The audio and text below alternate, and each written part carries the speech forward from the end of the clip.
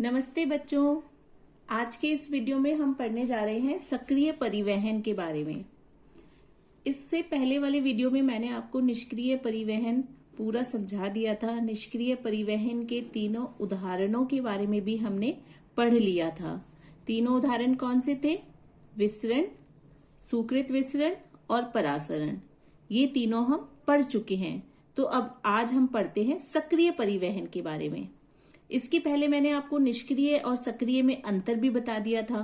सक्रिय में हमने क्या पढ़ा था कि सक्रिय परिवहन हमेशा निम्न सांद्रता से उच्च सांद्रता की ओर होता है।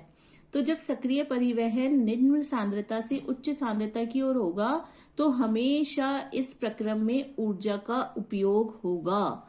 ये बात बहुत अच्छे से दिमाग में बैठा लेनी है कि सक्रिय परिवहन में हमेशा ऊर्जा का उपयोग होगा और ये निम्न सांद्रता से उच्च सांद्रता की ओर होगा। ठीक है। ऊर्जा कौन से रूप में होगी? एटीपी के रूप में, एडिनोसिन ट्राइफॉस्फेट। मालूम है सभी को आपको। तो चलिए अब हम स्टार्ट करते हैं सक्रिय परिवहन। देखिए सक्रिय परिवहन का पहला पॉइंट क्या बता रहा है? यहाँ इसका पहला पॉइंट बता रहा है कि इस प्रकार के परिवहन में पदार्थों के अणु निम्न सांद्रता से उच्च सांद्रता की ओर गति करते हैं। देखिए पदार्थ के अणु कहाँ से गति कर रहे हैं? निम्न सांद्रता से उच्च सांद्रता की तरफ गति कर रहे हैं। दूसरा पॉइंट कह रहा है कि यहाँ ऊर्जा का उपयोग होगा। ये ऊर्जा किस रूप में होगी? एटीपी के रूप में। ठीक है। तीसरा एक और इम्पोर्टेंट पॉइंट, यहाँ पर वाहक का उपयोग भी होता है। वाहक का उपयोग हमने कहाँ पढ़ा था? सुकृत विसरण में भी पढ़ा था। लेकिन देखिए याद करिए कि सुकृत विसरण में जो वाहक था वो क्या था? बाह्य प्रोटीन थे। यहाँ पर जो वाहक है वो क्या है? प्लाज्मा मेम्ब्रेन में उपस्थित समाकल प्रोटीन है, जो इंटीग्रल प्रोटीन है, आंतरिक प्रोटीन है, वो वाहक की तरह यहाँ पर कार्य करते हैं। ठीक है। अब यहाँ पर वाहक भी जो है वो दो तरह के हो सकते हैं। किस तरह के वाहक हो सकते हैं ये हम पढ़ते हैं। अब वाहक देखिए, पहला जो वाहक है वो है यूनिपोर्ट। ठीक है। पहला जो वाहक है वो है यूनिपोर्ट। यूनिपोर्ट वाहक कौन से होते हैं? देखिए यूनिपोर्ट वाहक वो होते हैं जो केवल एक समय में एक ही प्रकार के अणुओं का परिवहन करते हैं। अभी मैं आपको चित्र के माध्यम से बताऊंगी कि यूनिपोर्ट कौन से होते हैं। और जो दूसरे वाले होते हैं वो होते हैं को ट्रांसपोर्ट।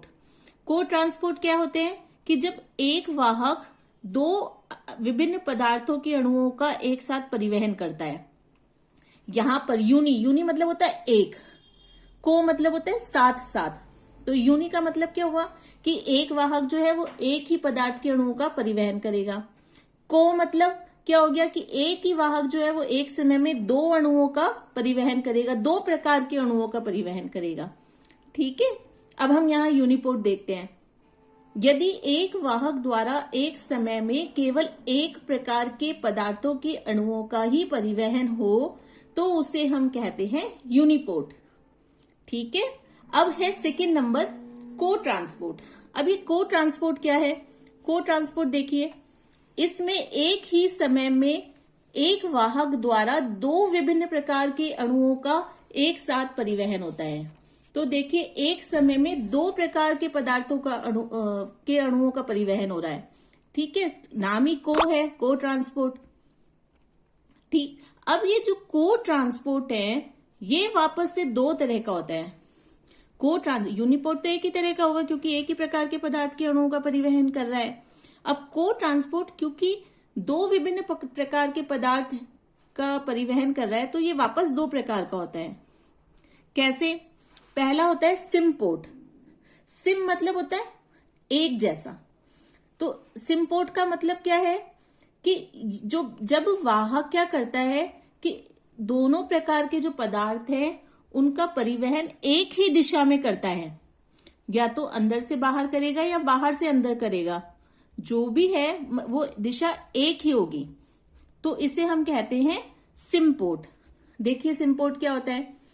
यदि एक वाहक द्वारा दो विभिन्न प्रकार के पदार्थों के अणुओं का परिवहन एक साथ एक ही दिशा में, ये सबसे इंपॉर्टेंट चीज है कि एक साथ हो रहा है क्योंकि को ट्रांसपोर्ट है तो एक साथ होगा।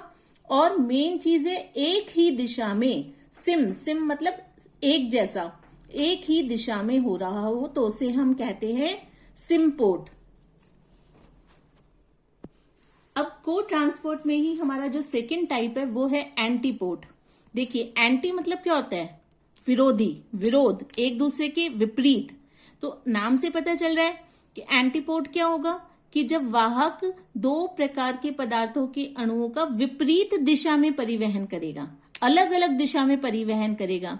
यानी एक को तो ले जाएगा अंदर से बाहर प्लाज्मा मेम्ब्रेन के और दूसरे अणु को ले जाएगा बाहर से अंदर। ठीक है, एंटीपोर्ट पढ़ते हैं अब। इसमें एक वाहक द्वारा दो विभिन्न प्रकार के पदार्थों के अणुओं का एक साथ तो क्यों होगा, क्योंकि ये को ट्रांसपोर्ट है, लेकिन एक दूसरे के विपरीत दिशा में, ये सबसे इंपॉर्टेंट चीज है, एक दूसरे के विपरीत दिशा में परिवहन होता है तो इसे हम कहते हैं एंटीपोर्ट। क्या कहते हैं इसे हम? एंटीपोर्ट। अब देखिए हम चित्र के माध्यम से इसको समझते हैं। चित्र क्या कह रहा है हमारा, देखिए ये मैंने तीनों के चित्र बनाए हैं। तीनों के चित्र में सबसे पहले ये देखिए, ये तो हो गया हमारा वाहक, ये जो मैंने ये कलर बनाया है ये वाहक हो गया, कैरियर है ना, कैरियर मतलब वाहक। ये हो गई हमारी प्लाज्मा झिल्ली, कोशिका झिल्ली, प्लाज्मा झिल्ली हो गई ये। अब यहां पर एक अणु है, इस अणु को ये वाहक बाहर से अंदर ला रहा है। एक ही अणु है और एक ही अणु को एक ही दिशा में ले जा रहा है ना, तो ये हो गया यूनिपोर्ट। एक ही अणु जब होगा तो उसे हम यूनिपोर्ट कहते हैं। और दो प्रकार के अणु होंगे, दो प्रकार के पदार्थों के अणु होंगे तो वो हो जाएगा को ट्रांसपोर्ट। अब देखिए ये यहां पर को ट्रांसपोर्ट में हमने दो उदाहरण पढ़े, पहला सिम्पोर्ट का और दूसरा एंटीपोर्ट का। सिम्पोर्ट में हमने पढ़ा कि दो प्रकार के पदार्थों के अणु एक ही दिशा के अंदर जब उनका परिवहन होता है, तो देखिए यहाँ पर दो प्रकार के पदार्थों के अणु हैं, एक मैंने लाल रंग से बनाया है, एक नीले रंग से बनाया है। ये दोनों प्रकार के अणु जो हैं वो क्या है, प्लाज्मा मेम्ब्रेन के बाहर है, प्लाज्मा झिल्ली के बाहर स्थित है।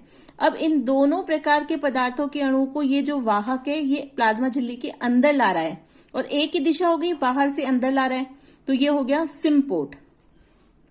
अब यहां हम देखें नेक्स्ट में क्या हो रहा है, ये देखिए दो प्रकार के अणु हैं, एक लाल से और एक नीले से। ये जो वाहक है वो क्या कर रहा है, ये लाल वाले को तो ला रहा है अंदर से बाहर, लाल वाले अणु को तो ला रहा है अंदर से बाहर, और ये जो नीला वाला है उसको ला रहा है बाहर से अंदर।